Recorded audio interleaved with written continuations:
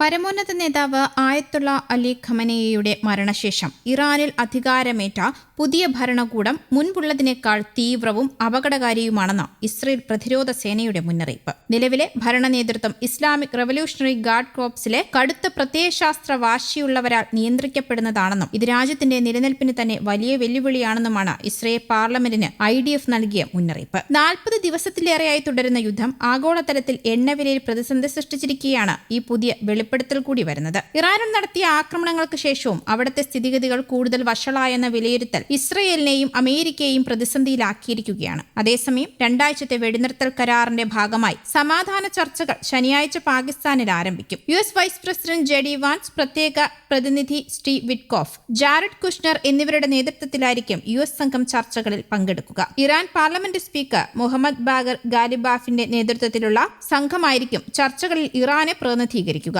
ലെബനനും ഇസ്രയേലും തമ്മിലുള്ള വെടിനിർത്തൽ ചർച്ചകൾ അടുത്ത ആഴ്ച വാഷിംഗ്ടണിലും നടക്കുമെന്നാണ് റിപ്പോർട്ടുകൾ. ഹോർമുസ് കടലിടുക്കിന്റെ നടത്തിപ്പിൽ ഇറാൻ പുതിയ ഘട്ടത്തിലേക്ക് പ്രവേശിക്കുകയാണെന്നും രാജ്യത്തെ ആക്രമിച്ചവർ ശിക്ഷിക്കപ്പെടാതെ പോകില്ല എന്നും ഇറാൻ പരമോന്നത നേതാവ് മുജ്തബ ഖമനേയി പറഞ്ഞതും വാർത്തയായിരുന്നു. രാജ്യത്തെ ഔദ്യോഗിക മാധ്യമങ്ങളാണ് ഖമനേയിയുടെ പ്രസ്താവന സംപ്രേഷണം ചെയ്തത്. തങ്ങൾക്കുണ്ടായ നാശനഷ്ടങ്ങൾക്ക് പരിഹാരത്തുക ഈടാക്കുമെന്നും അദ്ദേഹം കൂട്ടിച്ചേർത്തു. യുദ്ധത്തിൽ ഇറാനുണ്ടായ ഓരോ നാശനഷ്ടങ്ങൾക്കും രക്തസാക്ഷികളുടെ ജീവന്റെ വിലയ്ക്കും പരിക്കേറ്റവർക്കുള്ള നഷ്ടപരിഹാരത്തിനും ഞങ്ങൾ അവകാശവാദം ഉന്നയിക്കും. US ഇസ്രയേൽ ആക്രമണത്തിൽ കൊല്ലപ്പെട്ട തന്റെ പിതാവ് ആയത്തുള്ള അലി ഖമനേയിയുടെ മരണത്തിന് പ്രതികാരം ചെയ്യുമെന്ന ഇറാന്റെ തീരുമാനവും മുസ്തബ വ്യക്തമാക്കി. ഇറാൻ യുദ്ധം ആഗ്രഹിക്കുന്നില്ല എങ്കിലും തങ്ങളുടെ അവകാശങ്ങൾ വിട്ടുകൊടുക്കില്ലെന്നും അദ്ദേഹം അവകാശപ്പെട്ടു. ഹോർമുസ് കടലിടുക്കിൽ US സൈന്യത്തിന്റെ കൈവശമുള്ള ഏറ്റവും വിലയേറിയ ഡ്രോണുകളിൽ ഒന്ന് അപ്രത്യക്ഷമായ റിപ്പോർട്ടുകളും വൻ രീതിയിൽ ചർച്ചയായിരുന്നു. MQ-4C ട്രൈറ്റൺ നിരീക്ഷണ ഡ്രോണാണ് അപ്രത്യക്ഷമായത്. USഉം ഇറാനും വെടിനിർത്തലിന് ധാരണയായതിന് പിന്നാലെയാണ് ഇത് സംഭവിച്ചത്. ഫ്ലൈറ്റ് റഡാർ 24 നിന്നുള്ള ഫ്ലൈറ്റ് ട്രാക്കിംഗ് ഡേറ്റ അനുസരിച്ച്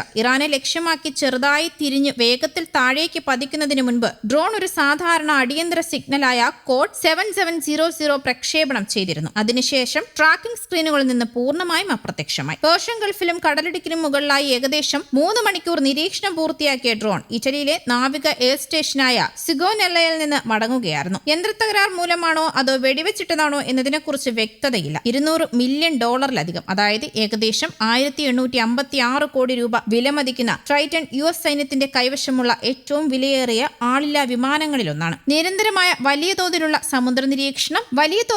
സമുദ്ര നിരീക്ഷണം ലക്ഷ്യമാക്കി രൂപകൽപ്പന ചെയ്ത ഈ ഡ്രോണിന് 50,000 അടിക്ക് മുകളിലുള്ള ഉയരത്തിൽ 24 മണിക്കൂറിലധികം തുടർച്ചയായി പറക്കാനാകും. 7400 നോട്ടിക്കൽ മൈൽ ദൂരപരിധിയുണ്ട്. ഇന്ധനം നിറയ്ക്കാതെ തന്നെ വലിയ സമുദ്രഭാഗങ്ങൾ തുടർച്ചയായി നിരീക്ഷണം നടത്താൻ MQ-4C ട്രൈറ്റന് സാധിക്കും. പരമ്പരാഗത പെട്രോൾ വിമാനങ്ങളിൽ നിന്ന് വ്യത്യസ്തമായി ട്രൈറ്റൺ ഒരു high altitude long endurance autonomous പ്ലാറ്റ്ഫോമായി പ്രവർത്തിക്കുന്നു. P-8A പോസൈഡോൺ പെട്രോൾ വിമാനങ്ങൾക്ക് ഇവ വിവരങ്ങൾ കൈമാറും. 2025 വരെ US നാവികസേന 20 ട്രൈറ്റൺ ഡ്രോണുകൾ പ്രവർത്തിപ്പിച്ചിരുന്നു. കൂടാതെ 7 കൂടി വാങ്ങാൻ പദ്ധതിയുമുണ്ട്. ഫെബ്രുവരി 28 യുദ്ധം ആരംഭിച്ചതിനു ശേഷം അടഞ്ഞുകിടന്ന ഹോർമുസ് കടലിടുക്ക് തുറന്നു നൽകുമെന്ന് ഇറാൻ വാഗ്ദാനം ചെയ്ത് വെറും 48 മണിക്കൂറിന് ശേഷമാണ് ഡ്രോൺ അപ്രത്യക്ഷമായത്. കഴിഞ്ഞ 40 ദിവസമായി തുടരുന്ന യുദ്ധം ലോകത്തിന്റെ ഇന്ധന വിതരണത്തെയും പെട്രോകെമിക്കൽ മേഖലയും സാരമായി ബാധിച്ചിട്ടുമുണ്ട്. ഇക്കാലയളവിൽ 1000-ലധികം വ്യോമാക്രമണങ്ങൾ ഇറാനിൽ നടത്തിയതായും ഏകദേശം 4000 ലക്ഷ്യങ്ങൾ തകർത്തതായും ഇസ്രയേൽ അവകാശപ്പെട്ടു. ഇതിനിടയിൽ അമേരിക്കയ്ക്ക് കോടിക്കണക്കിന് രൂപയുടെ സൈനിക ആസ്തികൾ നഷ്ടപ്പെടുകയും 2 സൈനികരെ രക്ഷിക്കാൻ ഇറാനിൽ അതിസാഹസികമായ ദൗത്യം നടത്തേണ്ടി വരികയും ചെയ്തു. വൻ നാശനഷ്ടങ്ങൾ വരുത്തിയിട്ടും ശത്രു കൂടുതൽ ശക്തമായി മാറുന്നത് ഇസ്രയേലിനെയും അമേരിക്കയെയും പ്രതിസന്ധിയിലാക്കുന്നുമുണ്ട്. യുദ്ധം അവസാനിപ്പിക്കാനുള്ള അവസാന പ്രതീക്ഷയാണ് ഇനി വരാൻ പോകുന്ന യോഗം. എന്നാൽ ഇറാനിലെ പുതിയ ഭരണകൂടം വിട്ടുവീഴ്ചകൾക്ക് തയ്യാറാകുമോ എന്ന കാര്യത്തിൽ വലിയ അനിശ്ചിതത്വം ഇപ്പോൾ നിലനിൽക്കുന്നുണ്ട്.